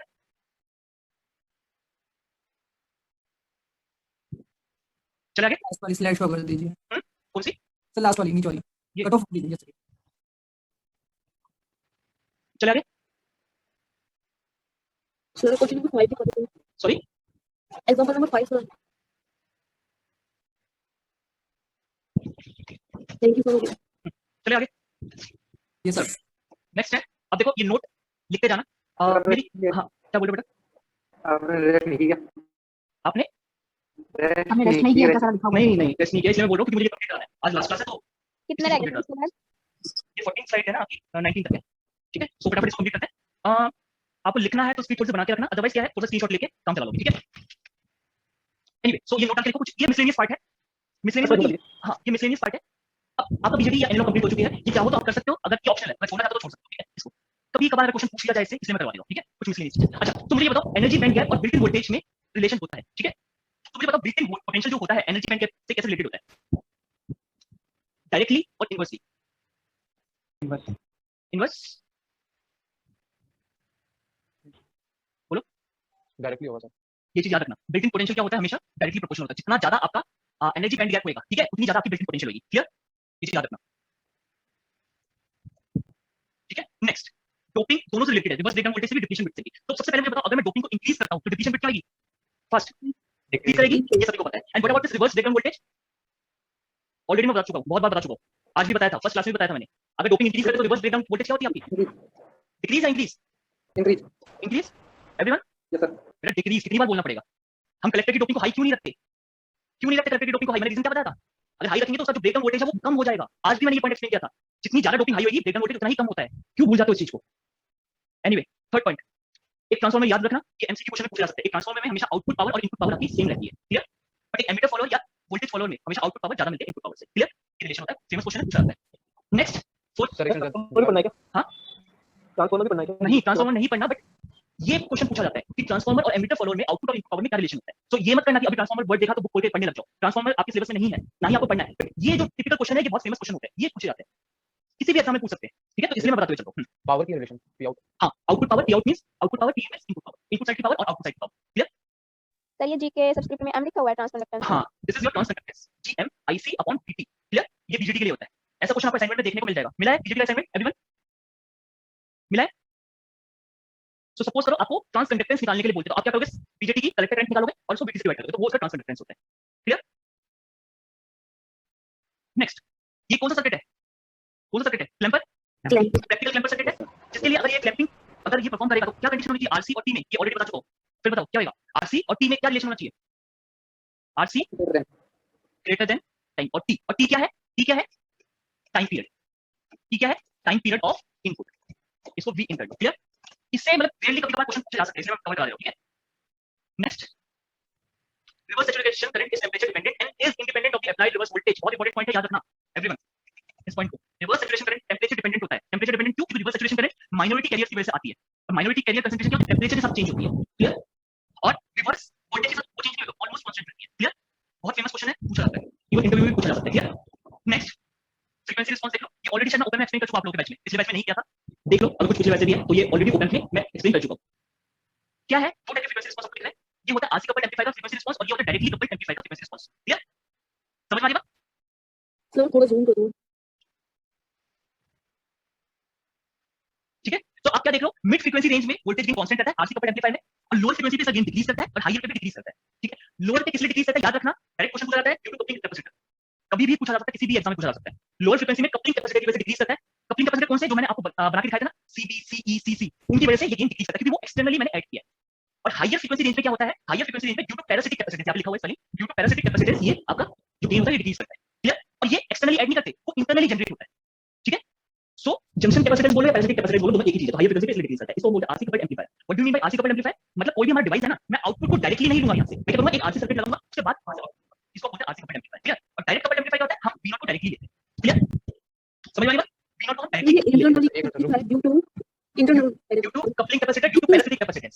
Okay sir thank you. हाँ, ड्यू टू पैरासिटिक कैपेसिटेंस यहाँ पे लिखा हुआ है। ठीक है, और ये इंटरनली जनरेट होता है, ये जो कैपेसिटेंस होता है ना, ये इंटरनली जनरेट होता है, हम ऐसे बाहर नहीं निकाल सकते, इसके कैपेसिटेंस को बाहर निकाल ले। जैसे आप लोगों ने पढ़ा है ट्रांसमिशन लाइन में RLC कंपोनेंट होता है, RLGC है ना, उसको आप अलग से नहीं कर सकते, अलग नहीं कर सकते, R को अलग किया, L को अलग किया ट्रांसमिशन लाइन में, है ना। So this is all RC coupled amplifier, this is direct coupled amplifier. Direct coupled amplifier में क्या होता है, लोअर पे आपका गेन कांस्टेंट रहता है। क्लियर? हाई पे डिक्रीज करता है और सेम रहेगा ड्यू टू पैरासिटिक कैपेसिटेंस। यहाँ पे मैंने कोई कैपेसिटर यूज नहीं किया, एक्सटर्नल कैपेसिटर यूज नहीं किया, इसलिए लोअर पे कोई डिक्रीज नहीं करा। अब मुझे जल्दी से बताओ, ओप एम्प का जो फ्रीक्वेंसी रिस्पांस है कौन सा है, आरसी कपल्ड वाला है, डायरेक्ट कपल्ड वाला है? RC coupled. RC coupled, everyone? हां, देख के नहीं बताना, जितना याद है उसे बेसिस पे बताओ। एवरीवन, ओप एम्प का कौन सा है? आरसी कपल्ड है, वेरी गुड। ओप एम्प का बेटा डायरेक्ट कपल्ड एम्पलीफायर है, पहला पॉइंट ही मैंने ओप एम्प का यही बताया था। But op amp is a high gain direct coupled amplifier, इस टाइप से लिखवाया था मैंने। Yes sir. Yes sir. Op amp का ये है, और शायद टेस्ट में एक क्वेश्चन आया था, ओप amp can amplify the low frequency range signal. Low frequency range signal को एम्पलीफाई कर सकता है, या डीसी सिग्नल को एम्पलीफाई कर सकता है ओप एम्प? एवरीवन, सर आपकी आवाज फर्स्ट क्लियर नहीं आ रही सर। अब याद है? Yes sir. Yes sir. तो मुझे ये बताओ, ओप एम्प लो फ्रीक्वेंसी सिग्नल या डीसी सिग्नल को एम्पलीफाई कर सकता है? इसको देख के बताओ। नहीं कर सकता, नो सर। क्यों नहीं कर सकता? क्योंकि कांस्टेंट हो जाएगा सर वो। अरे तो गेन तो कांस्टेंट ही चाहिए ना, मुझे थोड़ी चाहिए डिक्रीज करे। अच्छा फिर तो ठीक है। दिस इज क्या, ओप amp can amplify the low frequency signal, even जो जीरो फ्रीक्वेंसी सिग्नल जिसको आप डीसी सिग्नल बोलते हो, उसको भी वो एम्पलीफाई कर सकता है। टेस्ट में क्वेश्चन आया था, आप क्लियर है कि क्यों कर सकता है एवरीवन? तो यहाँ पे नीचे लिख लो that op amp can amplify the low frequency signal, जहां पे बीजेटी आपका, ये जो बीजेटी का जो फ्रीक्वेंसी रिस्पांस है आरसी कपल्ड एम्पलीफायर का, आरसी कपल्ड एम्पलीफायर आपका लो फ्रीक्वेंसी सिग्नल को एम्पलीफाई नहीं कर सकता, ना ही हाई फ्रीक्वेंसी सिग्नल को कर सकता है, वो सिर्फ मिड फ्रीक्वेंसी रेंज जो सिग्नल होता है उनको एम्पलीफाई कर सकता है। याद रखना, भूलना मत, ओप एम्प आपका लो फ्रीक्वेंसी सिग्नल को भी एम्पलीफाई कर सकता है। क्लियर? चलो आगे चलते हैं। और ये किस लिए होता है? क्योंकि हम एक्सटर्नली कोई कैपेसिटर नहीं लगाते, और एक्सटर्नली कैपेसिटर नहीं लगाते जिसकी वजह से क्या होता है, ये जो गेन डिक्रीज हो रहा है अपनी कैपेसिटर की वजह से, ये यहाँ पे नहीं देखने को मिलता। चलो आगे चलते हैं, चलिए आगे। नेक्स्ट, इसका स्क्रीनशॉट ले लो बेटा, फटाफट स्क्रीनशॉट ले लो। देखो इसमें क्या लिखा है, दिस इज अ टाइप, कौन सा टाइप का एम्पलीफायर है? ठीक है, इनपुट सिग्नल, आउटपुट सिग्नल, और उस टाइप का इनपुट रेजिस्टेंस की वैल्यू और आइडियल रेजिस्टेंस की वैल्यू क्या होगी? तो ये RI और R0 की वैल्यू है। तो ये बहुत फेमस क्वेश्चन बनते हैं नेट के एग्जाम में, जेस्ट, टिफर में, इवन आपके एंट्रेंस के एग्जाम में। इस टाइप के क्वेश्चन बहुत ज्यादा फेमस होते हैं। इवन पता नहीं अगर जैम में भी पूछे, जैम में थोड़ा सा कम चांस है इस टाइप के, बट उससे ज्यादा चांसेस है नेट का जो एग्जाम वगैरह फिर जेस्ट का, उनमें ये चीजें पूछी जाती थोड़ा ऊपर कर दीजिए, नीचे का दिख नहीं रहा। है। सो ये मैं एक्सप्लेन कर दूं आपको। वोल्टेज एम्पलीफायर का मतलब क्या है? आपका इनपुट सिग्नल वोल्टेज है, आउटपुट सिग्नल भी वोल्टेज है। क्लियर? करंट एम्पलीफायर में क्या होता है? इनपुट सिग्नल करंट है, आउटपुट सिग्नल भी करंट है। ट्रांसकंडक्टेंस एम्पलीफायर मैंने ऑलरेडी आपको ओपन में पढ़ाया था। ट्रांसकंडक्टेंस एम्पलीफायर क्या होता है? V to I कन्वर्टर, मतलब इनपुट में अगर मैं वोल्टेज दूंगा तो आउटपुट में मुझे करंट मिलती है। क्लियर? नेक्स्ट है trans resistance amplifier. Trans resistance क्या होता है? I to V कन्वर्टर, ये भी ओपन में मैंने बताया हुआ है ना? 8 एप्लीकेशन और 9th एप्लीकेशन दोनों में इन्हीं को मैंने एक्सप्लेन किया था। सो ट्रांस रेजिस्टेंस एम्पलीफायर में क्या होता है? इनपुट आपका करंट है और आउटपुट क्या है? वोल्टेज है। कैसे बोलोगे कि इनपुट क्या है और आउटपुट क्या है? तो उसके लिए क्या रखना है? देखो, ट्रांस रेजिस्टेंस हमेशा क्या होता है? जो आउटपुट आता है आपका कैसा आता है? ये जो रेशियो आता है आउटपुट बाय इनपुट लेते हैं। So output by input, output क्या है यहाँ पे? V और इनपुट क्या है? I। So V by I क्या है आपका? रेजिस्टेंस है। तो इसलिए इसको ट्रांस रेजिस्टेंस एम्पलीफायर बोलते हैं। बाय ट्रांस वर्ड बताओ कि ट्रांस वर्ड क्यों ऐड किया? ट्रांस वर्ड इसलिए ऐड किया क्योंकि जो आउटपुट सिग्नल है वो आउटपुट साइड का है और जो इनपुट सिग्नल है वो इनपुट साइड का है, दोनों अलग-अलग साइड के हैं। इसलिए word trans resistance amplifier add किया। अगर दोनों सेम साइड में होते तो रेजिस्टेंस एम्पलीफायर या कंडक्टेंस एम्पलीफायर बोलता, बट क्योंकि दोनों डिफरेंट साइड से आ रहे हैं इसलिए इसको ट्रांस रेजिस्टेंस एम्पलीफायर बोलते हैं। इसमें भी देखो आउटपुट क्या है आपका? करंट है और इनपुट क्या है? वोल्टेज है। सो I बाय V का रेशियो क्या रहता है? कंडक्टेंस देता है, और क्योंकि दोनों डिफरेंट साइड से आ रहे हैं, एक इनपुट से एक आउटपुट से, तो इसलिए ट्रांस कंडक्टेंस एम्पलीफायर है। क्लियर? एवरीवन क्लियर है? एंड ये इनकी RI और R0 की वैल्यू है, बहुत फेमस है, पूछे जाते हैं ऐसे क्वेश्चन। तो एक्सपेक्ट करके चलो कि यहाँ से भी आपको देखने को मिल सकता है। इवन अगर गेट का एग्जाम दो तो गेट में तो मान के चलो हर 2-3 साल में तो एक बार आपको देखने को मिलेगा ऐसा क्वेश्चन। क्लियर? तो बहुत इंपॉर्टेंट है ये वाला पॉइंट जो मैंने बताया। तो आपको वैल्यू याद रखनी है कि करंट एम्पलीफायर में क्या होता है। देखो पूछने का तरीका है, या फिर ये बोले करंट एम्पलीफायर में RI और R0 की वैल्यू क्या है? 0 इनफाइनाइट इनफाइनाइट इनफाइनाइट 0 0 इनफाइनाइट 0, या दूसरी कौन सी फॉर्म में पूछ सकते हैं? RI and R0 are low high high high low low high low, इस टाइप से भी पूछ सकते हैं। क्लियर? Everyone clear? चलिए नेक्स्ट है आपका 9 पॉइंट। यहाँ पे देखो हम डिफरेंट चीजें देखते हैं, ठीक है। अच्छा मुझे ये बताओ, अभी इस पे ध्यान मत दो, नीचे जो लिखा हुआ है सिर्फ पीएन पे डायोड पे ध्यान दो, ठीक है। अब डायोड पे हम ध्यान दे रहे हैं, तो मुझे ये बताओ जो यहाँ पे मेजॉरिटी चार्ज कैरियर्स क्या है, होल्स है, एवरीवन। यहाँ पे क्या है, इलेक्ट्रॉन है। तो आपको पता है डिफ्यूजन क्या होती है, हाई कंसंट्रेशन से लोअर कंसंट्रेशन पे। तो होल कहाँ पे डिफ्यूज होंगे, यहाँ पे, और इलेक्ट्रॉन कहाँ पे डिफ्यूज होंगे, यहाँ पे। Clear Yes. Clear. Yes sir. So hole diffusion यहाँ पे हो रही है, इलेक्ट्रॉन डिफ्यूजन यहाँ पे हो रही है। तो डिफ्यूजन करंट कौन सी होगी, होल डिफ्यूजन करंट इसी तरफ होगी, और इलेक्ट्रॉन जहाँ पे डिफ्यूज करते हैं करंट हमेशा उसके ऑपोजिट डायरेक्शन में होती है, राइट। इसी तरह से होगी, इलेक्ट्रॉन डिफ्यूजन करंट यहाँ पे है, तो होल डिफ्यूजन करंट कहाँ पे है, यहाँ पे। इज इट क्लियर, बोलो ये क्लियर है इतना, Yes, sir. ठीक है। तो डिफ्यूजन तो समझ में आया। अब चलो हम देखते हैं किसका, ड्रिफ्ट का। सो आपको पता है ड्रिफ्ट में क्या होगा, ड्रिफ्ट का देखो डिप्लीशन रीजन में आते हैं हम लोग, ठीक है। सो डिप्लीशन रीजन में मुझे कोई बताएगा यहाँ पे कैसे चार्ज डेवलप होता है, पॉजिटिव, वेरी गुड। डायोड पढ़ने के बाद भी पॉजिटिव बोल रहे हो। इलेक्ट्रिक फील्ड की डायरेक्शन क्या होती है, Positive, negative. Positive negative. Positive to negative. Clear, yes ये होती है इलेक्ट्रिक फील्ड की डायरेक्शन। और मुझे बताओ इलेक्ट्रिक फील्ड की डायरेक्शन में क्या मूव करता है, होल या इलेक्ट्रॉन। Holes. तो इसके जो माइनॉरिटी चार्ज कैरियर्स है, माइनॉरिटी चार्ज कैरियर्स क्या है इसमें, होल्स, राइट, ठीक है। इसे माइनॉरिटी चार्ज कैरियर्स है होल्स, तो होल्स कहाँ पे ड्रिफ्ट करेंगे, इलेक्ट्रिक फील्ड की वजह से, इन दिस डायरेक्शन, क्लियर। और इलेक्ट्रॉन्स क्या करते हैं, ऑपोजिट डायरेक्शन में मूव करते हैं हमेशा, एवरीवन। इलेक्ट्रिक फील्ड के ऑपोजिट डायरेक्शन में मूव करते हैं ना, इलेक्ट्रॉन कहाँ पे ड्रिफ्ट करेंगे, यहाँ। होल ड्रिफ्ट यहाँ पे करेंगे इलेक्ट्रिक फील्ड की डायरेक्शन में, और इलेक्ट्रॉन ड्रिफ्ट करेंगे यहाँ पे इलेक्ट्रिक फील्ड की ऑपोजिट डायरेक्शन में, क्लियर। सो इन दोनों की वजह से जो करंट आएगी, इलेक्ट्रॉन ड्रिफ्ट यहाँ पे करे तो इलेक्ट्रॉन ड्रिफ्ट करंट यहाँ पे होगी, होल ड्रिफ्ट यहाँ पे करे तो होल ड्रिफ्ट करंट यहाँ पे होगी। इज इट क्लियर, बोलो। Yes, sir. ठीक है। सो ये है आपका 9 पॉइंट।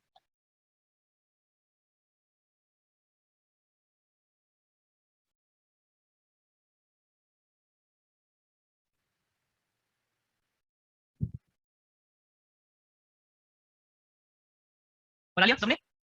Yes, sir. नेक्स्ट हमारे पास मास सेक्शन। चलो स्लाइड दिखाएंगे।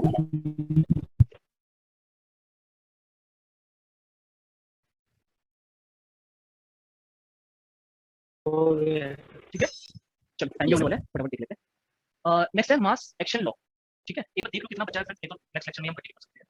सर वो तो होता है ये सर नेक्स्ट में कर लीजिएगा इतनी जल्दी सर। इतना रुक जाओ रुक जाओ रुक जाओ, नहीं हो पाएगा इतना कीजिए तो ज्यादा हो जाएगा। बहुत बचे हुए Data भी कैसे? क्या चीज? नेगेटिव बहुत कम बताया। बचे होते हैं सर। एग्जांपल के बाद भी अच्छा रुक जाओ ठहर जाओ, ठहरो रुको। तो नेक्स्ट हमारे पास mass action law, that is Np = ni²। ये सभी को पता है, ठीक है। सो ये क्या बोलता है, the product of free electrons and free holes is equal to square of intrinsic carrier concentration, clear. तो इसको हम डिफाइन कैसे करेंगे, in an extrinsic semiconductor under thermal equilibrium, the product of electron and holes is always a constant and is equal to the square of intrinsic concentration. Alright, ये मैं already explain कर चुका हूँ। Law is valid irrespective of type of doping, but is valid at a fixed temperature. किया है ना मैंने? Already explain किया हुआ है ना? No sir. यार नोट्स खोल के देखो। I guess मैंने ये Zener diode में explain किया था आप लोग। Zener diode या diode में ही explain किया होगा। खोल के देखो नोट्स। एक टेम्परेचर T1 पे और टेम्परेचर T2 पे क्या होगा, Ni की वैल्यू अलग आएगी। तो N1 T1 will be not equal to N2 T2. याद आया? Yes, sir. ठीक है। तो ये चीज याद रखना, रिपीट नहीं कर रहा मैं, ठीक है। नेक्स्ट इंपॉर्टेंट टॉपिक है ये वाला, कंपनसेटिंग डोपिंग, ठीक है। What do you mean by compensating doping? देखो अभी तक हम क्या कर रहे थे, ग्रुप 14 का जो सेमीकंडक्टर हुआ करता था उसमें या फिर हम ग्रुप 13 का एलिमेंट इंट्रोड्यूस कर रहे थे या ग्रुप 15 का एलिमेंट इंट्रोड्यूस कर रहे थे, ठीक है। तो ग्रुप 13 का किया तो वो पी टाइप का बन गया, ग्रुप 15 का किया तो वो एन टाइप बन गया। तब क्या होएगा, दोनों मैं ग्रुप 13 के एलिमेंट को भी इंट्रोड्यूस कर रहा हूं इंट्रिंसिक में, और ग्रुप 14 के एलिमेंट में ग्रुप 13 का भी इंट्रोड्यूस कर रहा हूं, ग्रुप 15 का भी इंट्रोड्यूस कर रहा हूं। फिर मुझे कैसे पता चलेगा कि वो एन टाइप का या पी टाइप है, तो वो उसकी कंसंट्रेशन पे डिपेंड करेगा कि Na और Nd में कौन ज्यादा है, क्लियर। इंपॉर्टेंट है ये वाला टॉपिक, इससे क्वेश्चन पूछे जा सकते हैं, क्लियर। सो देखो अगर Na और Nd दोनों इक्वल है, जितना मैं ग्रुप 13 का एलिमेंट इंट्रोड्यूस किया उतना ही ग्रुप 15 का किया, मतलब दोनों की कंसंट्रेशन इक्वल है, तो सेमीकंडक्टर हमारा इंट्रिंसिक ही रहेगा। Is it clear everyone? Sir एक पॉइंट छोड़ दिया क्या आपने ऊपर, नहीं। लॉ वाला, कहां छोड़ा है, ये वाला स्टार्ट पे आपने बनाया। बता तो दिया मैंने कि ये लॉ किस पे है, डोपिंग पे डिपेंड नहीं करेगा आपका, किस पे डिपेंड रहेगा, फिक्स टेंपरेचर पे, मतलब टेंपरेचर सेम होना चाहिए तभी ये लॉ वैलिड रहेगा। अगर आपने टेंपरेचर चेंज किया तो क्या होगा, Ni की वैल्यू डिफरेंट हो जाएगी। ऑलरेडी मैं करा चुका हूं आप लोगों को, एक बार खोल के देखना, डायोड में कराएगा, राइट। कौन सा पॉइंट में कराया था तो बताएगा, बोलो कौन सा पॉइंट में कराया था। पॉइंट थोड़ी याद रहते हैं, पॉइंट थोड़ी याद रहते हैं। अरे तो खोल के बताओ ना, नोट्स तो सामने है। नहीं तो ये क्वेश्चन हर कोई पूछेगा कि क्यों छुड़वा दिया, छुड़वाया नहीं, ऑलरेडी मैं करा चुका हूं, ये इंपॉर्टेंट है, इसलिए मैंने तुम्हारा बताया। लिख रहे हैं बाद में लिख रहे हैं अभी। चलो ये ऑलरेडी मैं करा चुका हूं कि डिफरेंट टेंपरेचर पे आपकी Ni की वैल्यू चेंज होती है, और अगर मैं डोपिंग चेंज करूंगा तो N और T की वैल्यू चेंज होगी, बट Ni आपका सेम रहेगा। तो अगर मैं डोपिंग को चेंज कर रहा हूं तो N1P1 will be equal to N2P2, but अगर मैं टेंपरेचर चेंज कर रहा हूं तो N1P1 will not be equal to N2P2। ये ऑलरेडी मैं करा चुका जब आपने Zener diode शुरू कराया ना, उसी में आया, आप इसकी ग्राफ भी नीचे हूं। हां आई गेस 8 या 9 पॉइंट होगा शायद, ठीक है आसपास ना।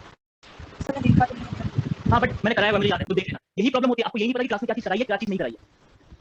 एनीवे सो देखो नेक्स्ट पॉइंट क्या है, अगर Na को Nd से ज्यादा करते हैं, क्लियर। Na Nd से ज्यादा मतलब क्या है कि इसमें पी टाइप बिहेवियर ज्यादा देखने को मिलेगा, मतलब ग्रुप 13 के इंप्योरिटी को ज्यादा मैं डाल रहा हूं ग्रुप 14 में, ग्रुप 15 के कंपैरिजन में, तो सेमीकंडक्टर कैसा बन जाएगा, पी टाइप का बन जाएगा, क्लियर, ठीक है। तो इसमें होल देखो पी टाइप का बनेगा तो उसमें मेजॉरिटी क्या होगी, होल्स की, तो होल्स की कंसंट्रेशन क्या होगी, इस पर Na नहीं होगी, इस पर क्या होगी Na minus Nd। Is it clear everyone? Sir ये स्लाइड को नीचे कर दो। क्या नीचे कर दूं? Thank you. ध्यान से स्टेटमेंट को सुनो, ठीक है? मैं क्या बोल रहा हूँ, जैसे ही मैंने Na की कंसंट्रेशन को Nd की कंसंट्रेशन से ज्यादा किया तो क्या हो गया, मेरा सेमीकंडक्टर क्या बन जाएगा, पी टाइप का बन जाएगा, है ना? Yes sir. और उसमें होल्स की कंसंट्रेशन क्या होगी, Ni से बढ़ के क्या हो जाएगी, Na नहीं होगी, Na माइनस Nd हो जाएगी। क्लियर? Yes sir. और N की कंसंट्रेशन, N क्या है यहाँ पे, पी टाइप में N क्या आएगा, माइनॉरिटी चार्ज कैरियर, तो उसकी कंसंट्रेशन Ni से घट के कुछ कम हो जाएगी। Clear everyone? Is this clear? बोलो। Yes sir. ठीक है? सिमिलरली अगर मैंने Nd की वैल्यू Na से ज्यादा करी, ठीक है, तो मेरा सेमीकंडक्टर क्या बन जाएगा, N टाइप का बन जाएगा, क्योंकि Nd क्या है, ग्रुप 15 का एलिमेंट है, तो वहां पे क्या बन जाएगा, नंबर ऑफ इलेक्ट्रॉन ज्यादा हो जाएंगे, तो वो N टाइप का बन जाएगा। और अब नंबर ऑफ इलेक्ट्रॉन से मेजॉरिटी चार्ज कैरियर क्या हो जाएंगे, Nd नहीं होगा, कंपनसेटिंग डोपिंग होगा Nd minus Na। Is it clear? Sir ये Ni का इंट्रिंसिक कंसंट्रेशन है ना, तो हाँ। P लेस देन Ni बोलेंगे, P लेस देन N बोलेंगे। P लेस देन Ni बोलेंगे मतलब, सर अरे देखो ना, ये इंट्रिंसिक का मतलब क्या होता है, नंबर ऑफ इलेक्ट्रॉन और नंबर ऑफ होल्स दोनों इक्वल है। बोलिए सर। अब डोपिंग पे इनका प्रोडक्ट क्या होना चाहिए, डोपिंग में कांस्टेंट होना चाहिए ना, N into P हमेशा N1 P1। अगर मैं डोपिंग चेंज कर रहा हूं तो सपोज करो इलेक्ट्रॉन की कंसंट्रेशन बढ़ के N2 हो जा रही है और होल्स की कंसंट्रेशन चेंज होकर P2 हो जा रही है, बट अगर मैं डोपिंग को सेम रख रहा हूं, डोपिंग को चेंज कर रहा हूं, टेंपरेचर कांस्टेंट रख रहा हूं यहां पे, एंड डोपिंग डिफरेंट है, डोपिंग को मैं चेंज कर रहा हूं, तो ये प्रोडक्ट हमेशा कांस्टेंट रहेगा, राइट?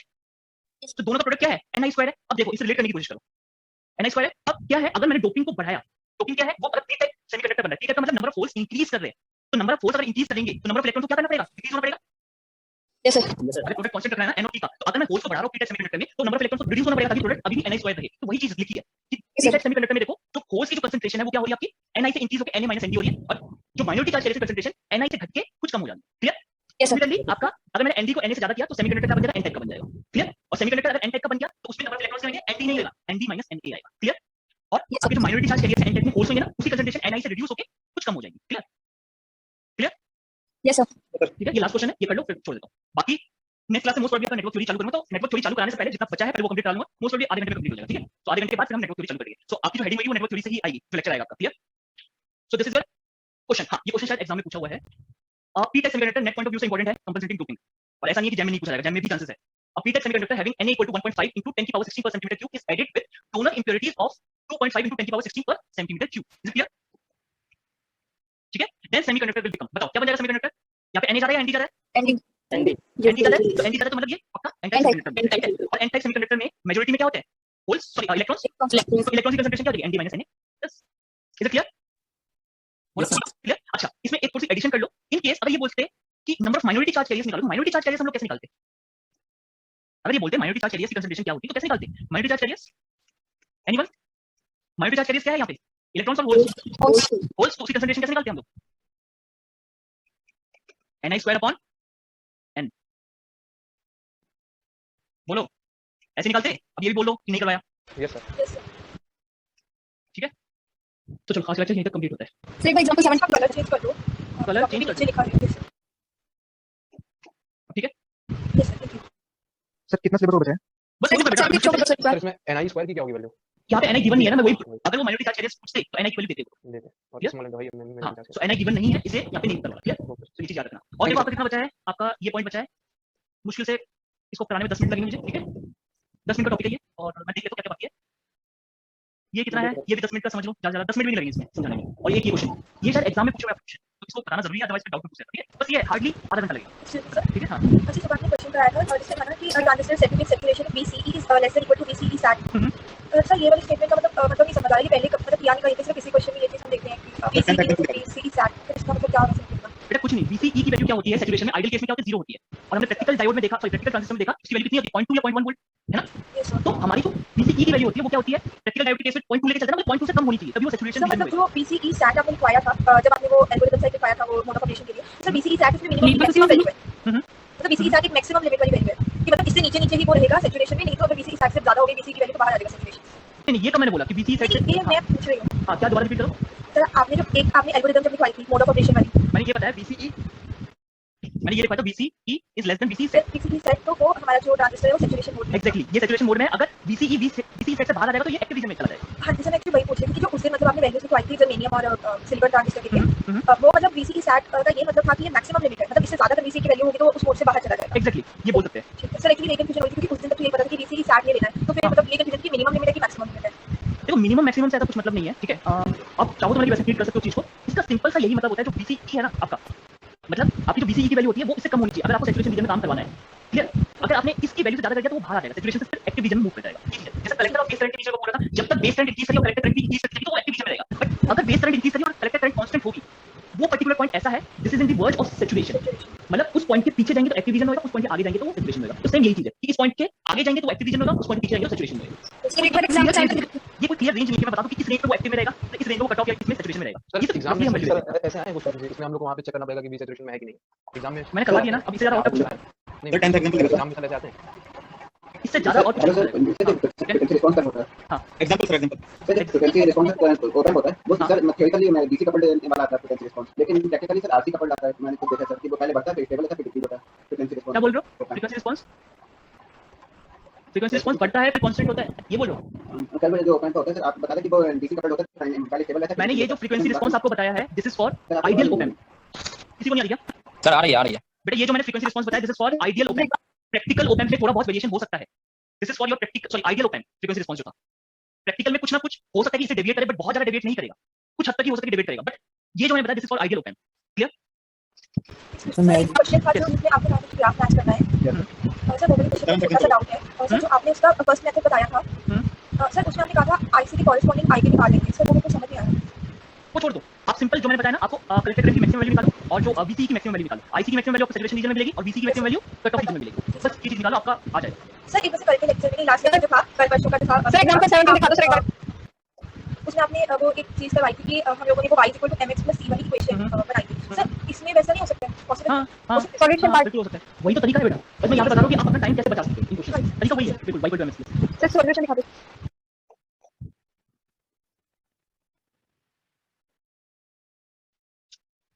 सर ये क्वेश्चन नेट के एग्जाम में आया था। सर आपको ईयर याद है? मतलब पूरा एक बार वो मैं भेज दूंगा ठीक है सर। ग्रुप पे एक बार भेज दूंगा, ठीक है? इसमें एक चीज दिखा दीजिए, एक बीबीबी वाली वैल्यू। हाँ जी सर। चलो मैं एक बार वेरीफाई कर दूंगा। हां अब कौन सा है? हां 11 पॉइंट कंपेंसेटिंग डोपिंग वाला sir.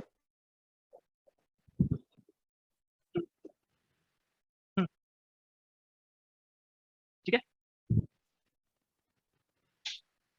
Bye sir, good evening.